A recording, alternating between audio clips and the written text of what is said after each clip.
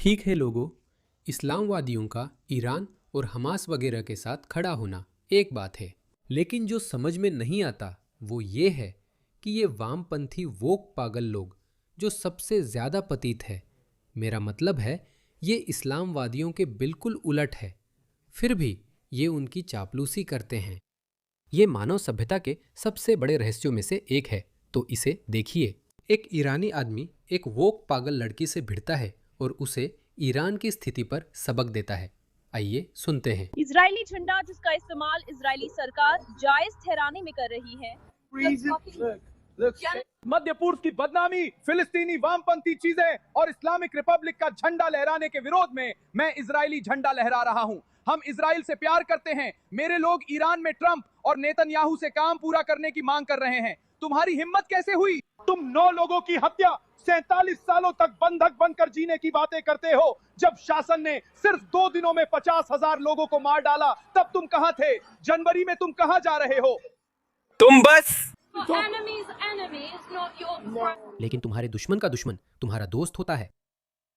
इसी तर्क के चलते ये लोग ईरान का इस्लामी शासन का समर्थन कर रहे हैं। वे ईरान की तानाशाही सरकार का समर्थन सिर्फ इसलिए कर रहे हैं क्योंकि वह उनके दुश्मन यानी इजराइल की दुश्मन है। ये कितना शर्मनाक है। और इसे देखिए, मुझे यकीन है आपने तबाह और बर्बाद गाजा की तस्वीरें और वीडियो देखी होंगी, है ना? ऐसा ही कुछ, बल्कि इससे भी बड़े पैमाने पर सीरिया में हुआ था। ये गाजा नहीं है, ये सीरिया है, ये होम्स है। और ये किसने किया? बशर अल असद और रूस और ईरान। ईरान बशर अल असद का समर्थन कर रहा था। इसे देखो, इसे देखो। आपने इस पर इन सिरफिरे वोक पागलों को नहीं देखा? उन्होंने रूस या ईरान का विरोध क्यों नहीं किया? क्यों? क्योंकि न तो यहूदी है, न ही कोई खबर है। ये बिल्कुल सच है। यहूदी ऐसे नारे बनाने में बहुत होशियार हैं। न यहूदी न खबर, यह एक तबाही है। इजराइल के दुश्मनों यानी ईरान या रूस या बशर अल असद के हाथों कहीं ज्यादा बड़े पैमाने पर तबाही हुई है जितनी इजराइल ने गाजा में की थी, लेकिन वे इस पर चुप है। इन लोगों से जितनी नफरत करो कम है। इसे देखो, वो उसे भाषण दे रही है, तुम्हारे दुश्मनों का दुश्मन तुम्हारा दोस्त नहीं होता। और वैसे भी हम इसे मेरे दुश्मनों का दुश्मन वाले नजरिए से नहीं देख रहे हैं दोस्त। हम मानते हैं कि सभ्यता या समाज पश्चिमी उदारवादी धर्मनिरपेक्ष सिद्धांतों पर आधारित होना चाहिए। इजराइल एक उदारवादी धर्मनिरपेक्ष लोकतंत्र है, जबकि वह धर्मतंत्र भी हो सकता था। यहूदी धर्मतांत्रिक राज्य हो सकता था, जैसे ईरान या अफगानिस्तान, लेकिन ऐसा नहीं है। इसी वजह से मैं इजराइल का समर्थन करता हूँ। इसी वजह से हम में से बहुत लोग इजराइल का समर्थन करते हैं, या हमें अपने मूल्यों के साथ उसकी समानता महसूस होती है। मुझे यह कहने दीजिए, अगर इजराइल धर्मतांत्रिक कट्टर यहूदी राज्य होता तो मैं उसका सबसे बड़ा आलोचक होता, चाहे वे गजावासियों से नफरत करे या नहीं। लेकिन इजराइल एक धर्मतांत्रिक राज्य नहीं है। ये तुम्हारी गलती नहीं है। यहूदी और इजरायली हमारे दोस्त हैं। देखो, साइलस द ग्रेट, स्वतंत्रता और असीरियन, हम तुमसे प्यार करते थे।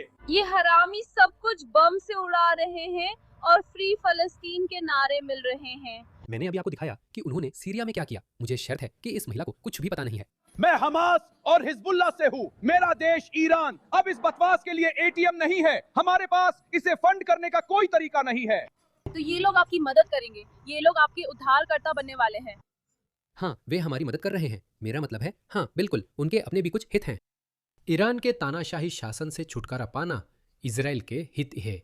अगर ईरानी प्रवासी समुदाय ऐसा व्यवहार न करता तो इजराइल और अमेरिका उन शासनों को गिराने में शायद और लापरवाह होते। वे उनके नागरिक, बुनियादी ढांचे, पावर ग्रिड, पुल आदि पर बमबारी कर सकते थे, लेकिन उन्होंने ऐसा नहीं किया क्योंकि वे जानते हैं कि ईरान की जनता उनके साथ है। यही वजह है कि ट्रंप बढ़ा चढ़ाकर बातें करते हैं, लेकिन वे अपनी धमकियों पर अमल नहीं करते। हाँ, इसमें कोई गलत बात नहीं है कि ईरान की जनता इजराइल और अमेरिका को उद्धारकर्ता मानती है।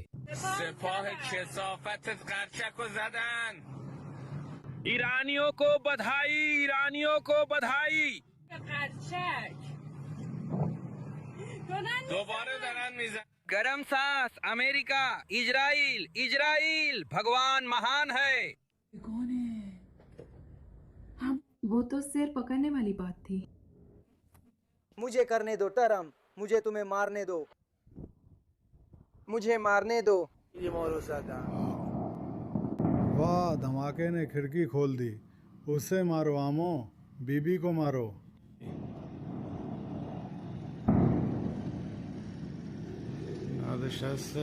आमो तेरम पे जान हम कदौन नोह शहर। तेरम नोह आमो तेरम हमकदौन नोह शहर। ये लोग नरसंहार कर रहे हैं। ये तुम्हारी बकवास है। लेफ्ट विंग बकवास, ये लेफ्ट विंग बकवास है। ये लेफ्ट विंग बकवास है। सच में फिलिस्तीन जाओ और कहो कि मैंने वो परिवार खो दिया है। इस पे बात मत करो कि मैं जा रही हूँ। हमास तुम्हारी जिंदगी बर्बाद करेगा। मुझे ये पसंद नहीं है अगर तुम जाओ। ये बच्चे कितने बेवकूफ हैं। KFC के टिकट उसे फांसी पर लटका दिया जाता। मैं बड़ा चढ़ाकर नहीं बोल रहा, मैं तुम्हें दिखाता हूं। फिलिस्तीन समर्थक इतालवी को हमास ने मारा। ये आदमी बहुत बड़ा फिलिस्तीन समर्थक था, बिल्कुल इस पागल औरत की तरह। इस आदमी का नाम विट्टोरियो अरागोनी है। इसे देखो, ये गाजा के समर्थन में बोल रहा है। पीछे फिलिस्तीनी झंडा है। और 2011 में गाजा में उसकी हत्या कर दी गई थी। वो एक फिलिस्तीन समर्थक कार्यकर्ता, पत्रकार और ब्लॉगर था। उसकी बेरहमी से हत्या कर दी गई। उसकी बहुत ही बेरहमी से हत्या की गई थी। तुम्हें क्या लगता है उसके साथ क्या होने वाला है? उसकी तुरंत हत्या नहीं की जाएगी। उससे पहले वे और भी कुछ करेंगे। उस बारे में चिंता मत करो। मुझे तुम पसंद नहीं हो। बहुत बेवकूफ। हम उन्हें प्यार करते हैं। अच्छा, मुझे उम्मीद है तुम्हें जल्दी समझ आ जाएगा कि वो तुम्हारे पक्ष में है। अगर मैं इजराइल से प्यार नहीं भी करता तो भी इन्हें चिढ़ाने के लिए कहता कि मैं इजराइल से प्यार करता हूँ। इजराइल जिंदाबाद। इन्हें जलते देखना अच्छा लगता है। तुम्हारा दिमाग पूरी तरह धो दिया गया है। तुम्हें शर्म आ सकती है। बचाओ मैं कहूँ तो उसने बाल नहीं रंगे, न नथ पहनी। मतलब वो सामान्य दिखती है, लेकिन उसके दिमाग में कुछ गड़बड़ है। ये देश नीचे जा रहा है क्योंकि हम सब वामपंथी बकवास परिवार हैं। देखो कीथ स्टैन ने देश के साथ क्या किया। अभी खिले नहीं लोगों पर इस्लामिस्टों द्वारा हमला किया जा रहा है। इस देश में हम चरमपंथियों और इस्लामिस्टों की रक्षा क्यों कर रहे हैं? क्योंकि वे चरमपंथी नहीं हैं, बल्कि क्योंकि वे बमबारी नहीं कर रहे हैं।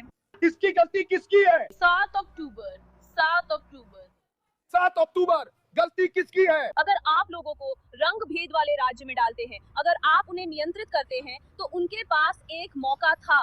उनके पास एक मौका था। उन्हें बहुत ज्यादा बार मौका मिला था। हर एक नो टेरम पेजान हमकदौन नो पर जाओ। मध्य पूर्व से तुम में से कोई भी इस्लामी गणराज्य में नहीं रहता। हमने सब झेला है, इसलिए चुप रहो। हमें देश आजाद करने दो। वो मेरा देश है। मैं इजराइल और अमेरिका चाहता हूँ। देश बनाओ ताकि लोगों को आजाद कर सकूं। इससे तुम्हारा कोई लेना देना नहीं। यहाँ से जाओ, तुम बहुत बेवकूफ हो। इजराइल। मैं इजराइल छोड़ता हूँ। वो उसका बॉयफ्रेंड है। वो बिल्कुल भी शामिल नहीं हुआ। इस औरत को देखो, इसके अंदर वाइट सेवियर कॉम्प्लेक्स है। हाँ दोस्तों, क्या तुम यकीन कर सकते हो? वो हमारी तरफ से बोलते हैं। वो ईरानी लोगों की तरफ से बोल रही है। ये लोग कितने आत्ममुग्ध हैं। इनका सिर इतनी दूर पिछवाड़े में घुसा है कि इन्हें अपनी गंदगी के अलावा कुछ नहीं दिखता।